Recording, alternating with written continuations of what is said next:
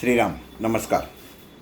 आज 24 ऑक्टोबर 2020 भीमरूपी निरूपण भाग 15. मागच्या निरूपणात आपण पाहिलं की नेत्राग्नी चालिल्या ज्वाळा, भ्रुकुटी ताठिल्या बळे. समर्थ रामदास स्वामींनी मारुतीरायांचं वर्णन करताना आणि मारुतीरायांना जेव्हा भक्त आवाहन करतो तेव्हा मारुतीरायांचं चित्र, मारुतीरायांची प्रतिकृती, मारुतीराया स्वतः आपल्या डोळ्यांसमोर, आपल्या विचारांमध्ये, आपल्या स्मरणामध्ये त्यांचं चित्र कसं आहे आणि कसं हवं हे सांगत आहेत. एखादी गोष्ट जेव्हा आपण पाहतो तेव्हा ती सर्व अंगाने पाहिली जाते.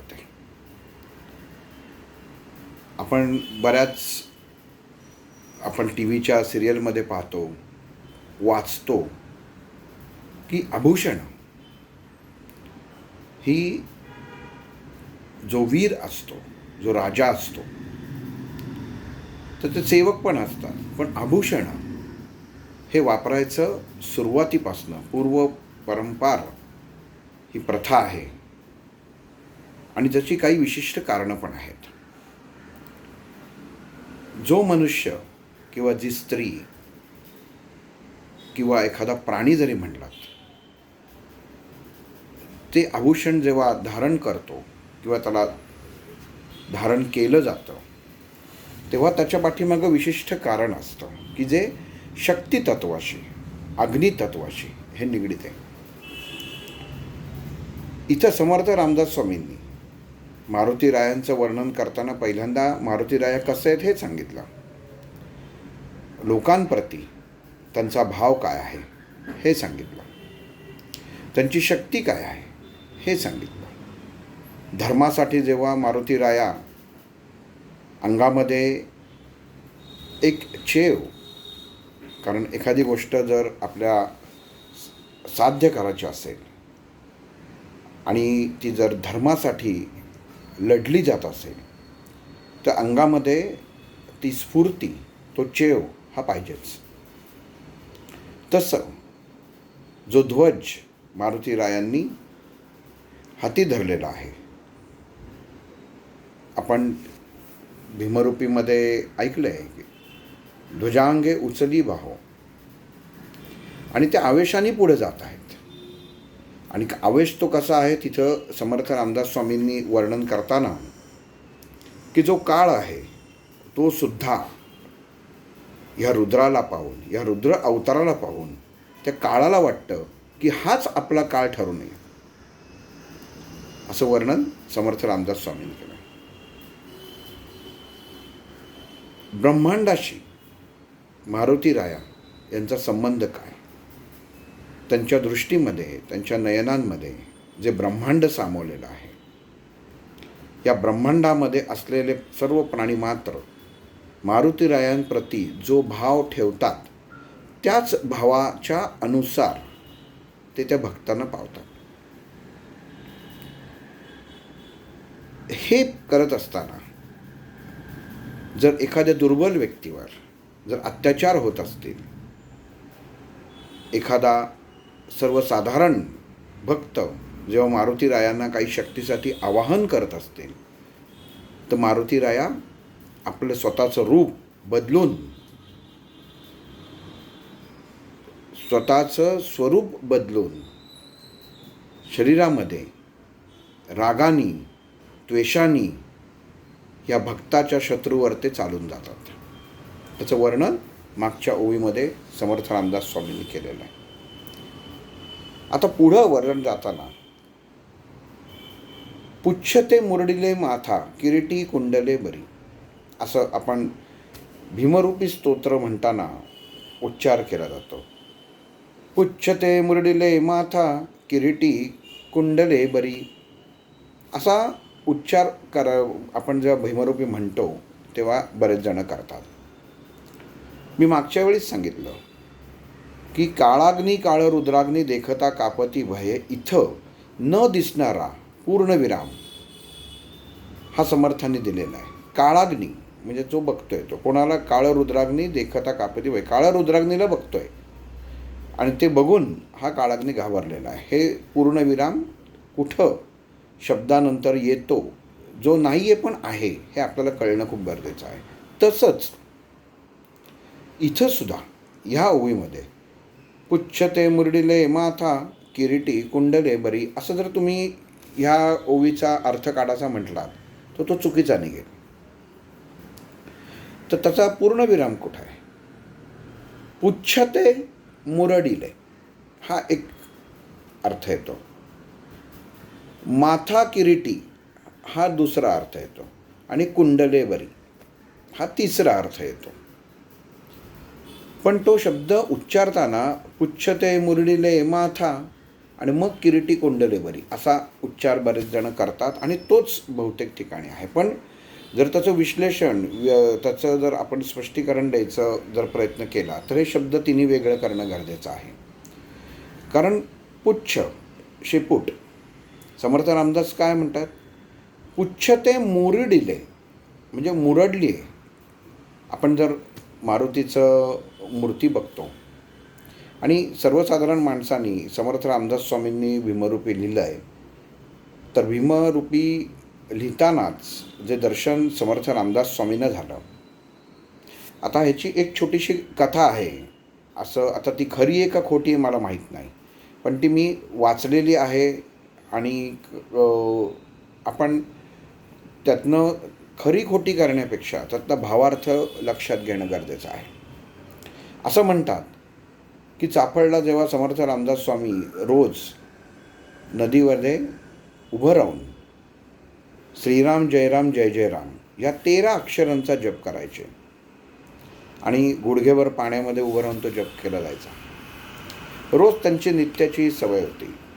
आणि तेव्हा असं म्हणतात की समोरच्या झाडावरती एक भलं मोठं वानर येऊन बसायचं आणि ते समर्थ रामदास स्वामी यायला लागले की समोर येऊन बसायचं, की जेणेकरून समर्थ रामदास स्वामी जे मनामध्ये रामाचं नामस्मरण करत असा तर ते थांबून किंवा त्याच्यामध्ये अडथळा निर्माण होऊन ते मारुतीकडं वानराकडं पाहतील असा त्या वानराचा विचार असावा.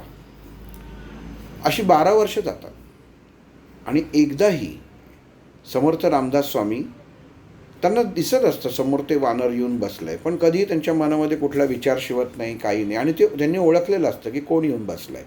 पण आपण ज्याचं नामस्मरण करतो त्याच्यामध्ये किती एकाग्र एकरूप आणि तिथंच एकाच ठिकाणी निष्ठा कशी असावी याचं एक उत्तम उदाहरण आहे. तर समर्थ रामदास स्वामी रोज त्या चाफळच्या नदीच्या मध्ये जाऊन जे तपश्चर्या करायचे पाण्यात उभे राहून, अशी 12 वर्ष जातात आणि 12 वर्ष झाल्यानंतर ते वानर खाली येतं आणि समर्थ रामदास स्वामींच्या समोर उभं राहतं. आणि असं म्हणतात की ते जे स्वरूप आहे म्हणजे ते वानर हा मारुती होता आणि ते जे स्वरूप समर्थ रामदास स्वामींनी पाहिलं आणि त्या क्षणी त्यांना ही भीमरूपी सुचली. जे वर्णन समर्थ रामदास स्वामींनी पाहिलं त्या क्षणी ते वर्णन त्यांनी भीमरूपीमध्ये लिहिलेलं आहे. आणि ही जी भीमरूपी आपण ऐकतो वाचतो ही भीमरूपी म्हणजे त्यावेळी त्या क्षणी समर्थ रामदास स्वामी आणि ते वानर यांची झालेली भेट आहे. वानर म्हणजे मारुती राया त्यावेळी ते होते, पण वानराच्या मूळ वानरच, पण ते ओळखलं समर्थ रामदास स्वामी आणि तेव्हा त्यांना दिसलं पुच्छते मुरडिले माथा म्हणजे शेपूट. वास्तविक जर आपण बघितलं, आपण टी व्हीमध्ये रामायण सिरियल पाहिले, मारुतीच्या कितीतरी सिरियल टी व्हीवर पाहिल्या आहेत, तेव्हा जी शेपूट दाखवली की त्याची पाठीमागं वाकडी दाखवली. पण इथं समर्थांनी काय सांगितलेलं आहे? पुच्छते मुरडिले एवढंच आहे, माथा शब्द नाहीच आहे. आता इथंच पूर्णविराम आहे, पुच्छते मुरडिले. तर समर्थ रामदास स्वामी स्थित, समर्थ रामदास स्वामी स्थापित जे मारुती आहेत, तर ते मारुती त्यांचं मूर्ती हे पुच्छिते मुरडिले ह्या स्वरूपातले आहेत. म्हणजे उजव्या बाजूनी शेपूट माथ्याच्या इथपर्यंत अशी वळून वर गेलेली आहे. कारण शेपूट जर बाजूनी वर घ्यायची असेल तर ती मुरडायला लागते, फोल्ड व्हायला लागते. जर आपण डोळ्यासमोर जर त्याची आकृती आणलीच तर तेव्हा आपल्याला कळेल. आणि शेपूट बाजूनी नेऊन ती माथ्यापर्यंत नेणं हे नुसतं आपण वाचणं सोपं आहे, पण ते सर्वात मोठं शक्तिशाली काम आहे. कारण कुठल्याही प्राणी मात्र असू द्या, ज्यांना शेपूट आहे त्यांची सर्व ताकद त्या शेपटात असते. आणि त्या शेपटावरनं तो प्राणी किती ताकदवान आहे याचा आपल्याला अंदाज येतो. एखादं आपण जनावर भांडत असतात किंवा तो असा उग्र ताकदवान त्याच्यामध्ये येतो, त्याचं शेपूट बघा असं वरती येतं आणि त्याची आकार ज्या बाजूने तो असतो त्याच्याबरोबर तो असं ते वक्र होतं. आणि ते वक्र जेव्हा झालं तेव्हा समजावं की त्याच्या तो पूर्ण शक्तिनिशी आता जे काही आपल्यावरती अटॅक करणारे किंवा जे काही कृती करणारे तो प्राणी, तर तसा आपल्याला अंदाज येतो. तसं इथं मारुतीरायांचं वर्णन करताना समर्थ रामदास स्वामींना जे दिसलं, जे मारुतीचं स्वरूप दिसलं, तर ते पुच्छ ते मुरडिले ही ती शेपूट होती, ती अशी पाठीमागं नव्हती, अशी फिरून माथ्यापर्यंत आली होती. म्हणून मग तो शब्द उच्चारताना पुच्छ ते मुरडिले माथा इथपर्यंत आपण का म्हणू शकू की ते माथ्यापर्यंत असं फिरून आलेली ती शेपूट होती. इतकी उंच, इतकी लांब आणि इतकी ताकदवान. तर एखादी गोष्ट नुसती आपण शेपूट बघा, आपण एक साधारण आता दुसरं उदाहरण मी तुम्हाला सांगतो. एखादं कुत्रं असतं, जे घाबरड असतं ना ते शेपूट आतमध्ये घेतं. पण जे अंगावर येणारं असतं की जे कुत्र्यामध्ये सुद्धा ताकदवान असतं त्याचे शेपूट बघा वर असते. म्हणजे सांगायचं तात्पर्य असं आहे की ताकदीचं वर्णन, ताकदीचं स्वरूप हे शेपटातनं कळतं. म्हणून शेपूट महत्त्वाची. हा एक भाग झाला. दुसरा भाग शरीराचं बॅलन्सिंग, शरीराचं नियंत्रण हे सांभाळण्याचं काम ही शेपूट करते. कारण बरोबर शरीर कार्यान्वित कसं व्हावं, समतोल कार्यान्वित कसं व्हावं, तर त्याच्यासाठी शेपूट असते. पण इथं समर्थ रामदास स्वामींनी काय लिहिलं, पुच्छी ते मुरडिले. मारुतीने ते एका बाजूनीच ती पूर्ण मुरडलेली आहे, समांतर ठेवलेली नाही आहे. समांतर ठेवणं आणि मुरडणं ह्याच्यात फरक आहे.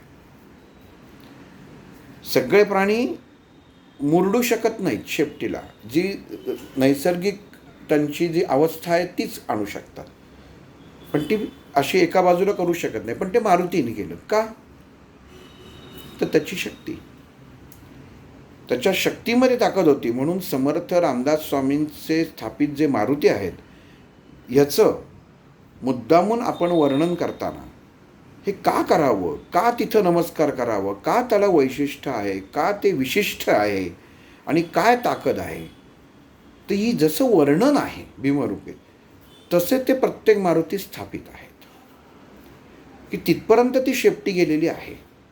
आणि त्या शेपटीला महत्त्व ह्याच्यावरनं मारुतीच्या त्या रूपामधली ताकद कळते आणि ती ताकद आपल्याला घ्यायची असते. म्हणून समोर आपल्या मारुती उभा करताना, डोळ्यासमोरसुद्धा उभा करताना ती प्रतिकृती, ती आकृती अशीच आली पाहिजे जी ताकदवान हो. आणि ती जर नसेल तर उपयोग काय.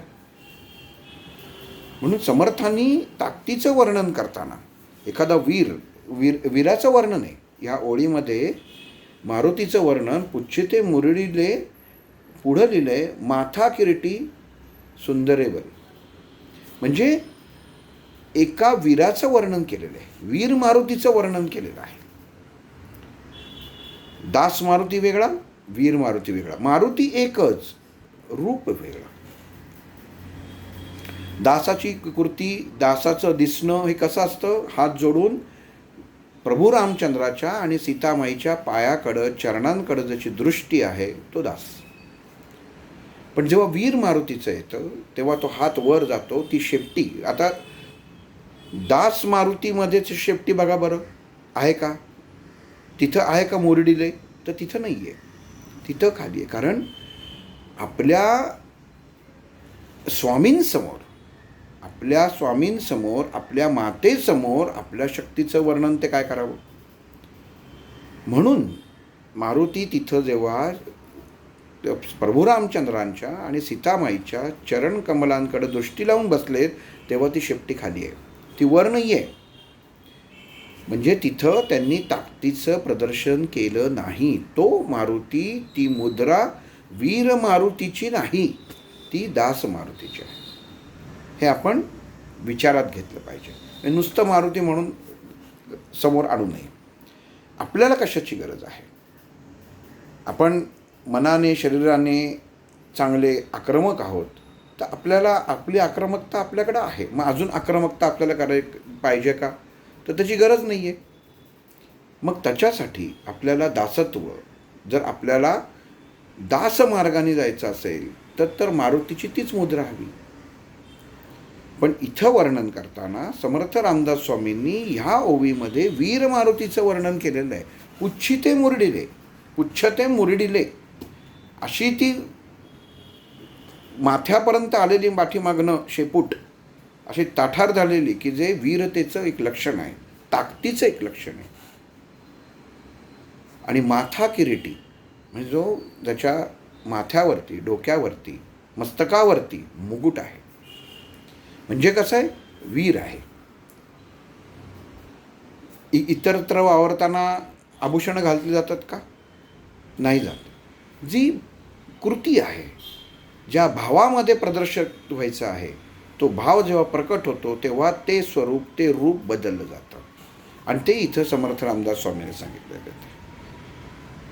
किरीटी सुंदरे बरी, बरी कुंडले, कानी कुंडले. आपण तसं तो एका संध्याकाळी शुभंकरोती म्हणतो आपण, तेव्हा आहे. तर मारुतीच्या कानात कुंडल आहेत. आणि बरी म्हणजे बऱ्याच ठिकाणी मी असं वाचलं आहे, बऱ्याच ठिकाणी पुस्तकांमध्ये 1-2 ठिकाणी असे अर्थ त्याच्यामध्ये सांगितले की छान. तर छानचा अर्थ इथं होत नाही. मुरडिले माथा, पुच्छते मुरडिले ही शेपूट झाली. माथा किरीटी म्हणजे तुमच्या माथ्यावरती मुकुट झाला. त्याचं वर्णन काही समर्थ रामदास स्वामींनी केलेलं नाही आहे वेगळं, की मुकुट कसा होता, त्याच्यात किती खडे होते वगैरे वगैरे, ते काही केलेलं नाही आहे. माथ्यावरती मुकुट होता एवढं नक्की. आणि कुंडले बरी असं तरी सांगितलं. आता बरी म्हणजे काय, काय चांगली किंवा छान सुंदर असा अर्थ नाही आहे. तर कुंडले बरी म्हणजे मोकळी. आपण एखाद्याला विचारतो कसा आहेस रे, तो म्हणतो मी बरा आहे. बरा म्हणजे काय, तर सर्वात मोकळा आहे, म्हणजे कुठला ताण नाही आहे. शब्द नीट समजून घ्या. अर्थ काढायचा म्हणून काढायचा नाही अर्थ. समर्थ रामदास स्वामींनी सांगितलेलं ही भीमरूपी आहे. म्हणजे उगाच वाटेल तो अर्थ काढायचा, की मारुतीच्या कानामध्ये सुंदर कुंडलं आहेत आणि त्याच्यात, तर त्याला काही अर्थ नाही आहे. आपण कोणाचं वर्णन करतोय, कशासाठी करतोय हे आपल्याला लक्षात येणं आणि त्याप्रमाणे विचार होणं गरजेचं आहे.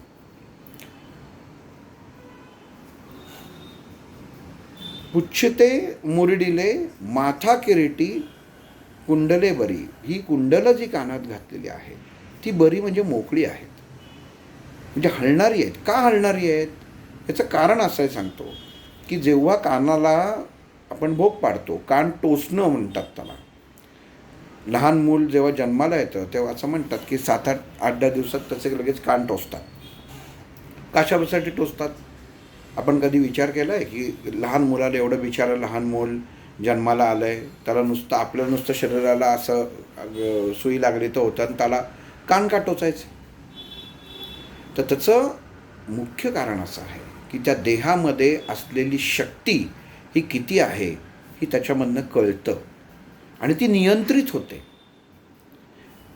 मनुष्याच्या कानाची ही जी पाळी आहे, इथं मनुष्याच्या शरीरातली शक्ती आणि वैचारिकता नियंत्रण करण्याची ताकद ही फक्त कानाच्या पाळीत आहे.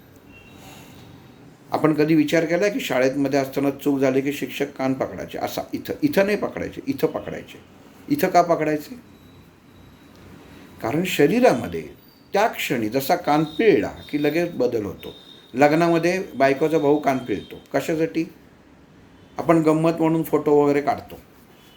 चला आता कान पिळाचा कार्यक्रम आहे, आता कान पिळ बरं का रे, जास्त जोरात पिळ, म्हणजे तो तुझ्या बहिणीला त्रास देणार नाही. म्हणजे काय अर्थ? कधी आपण विचार केला या गोष्टींचा?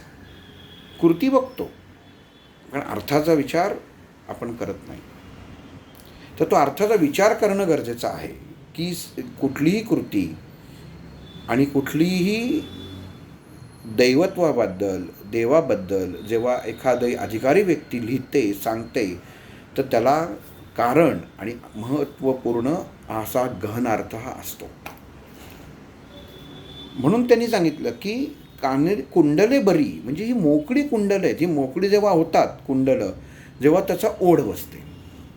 आता एक आपण साधारण बघू, काही काही पुरुष बघा की असं एक कानात काहीतरी टोचतात, ते म्हणजे जसं बायकांचं कानात घालतात तसं ते टोचतात. काही काही जणांचं असं झुंबार असतात बायकांचे सुद्धा, तसंच पुरुषसुद्धा हल्ली घालायला लागले.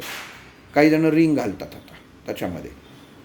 पण आभूषण कानातलं कुंडलं घालणं हे वीराचं एक लक्षण आहे की त्याच्यावरनं ताकद कळते. आपल्या ताकदीचं एक वेगळं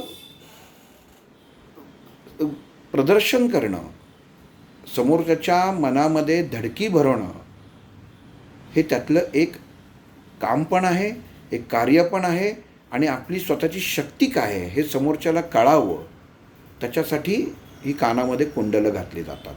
आणि आपली शक्तीसुद्धा नियंत्रित राहते, कारण आपली जर एखादी कृती चुकीची झाली तो पटकन कान ओढला जातो त्या वजनामुळं, आणि तो वजनामुळे ओढला झाला की आपलं लक्ष तिथं जातं, आणि तिथं गेलं की आपल्याला विचार करायला लागतो आपला कान ओढला गेला आहे, तो कशामुळे ओढला गेला आहे, म्हणजे काहीतरी चुकतं आहे.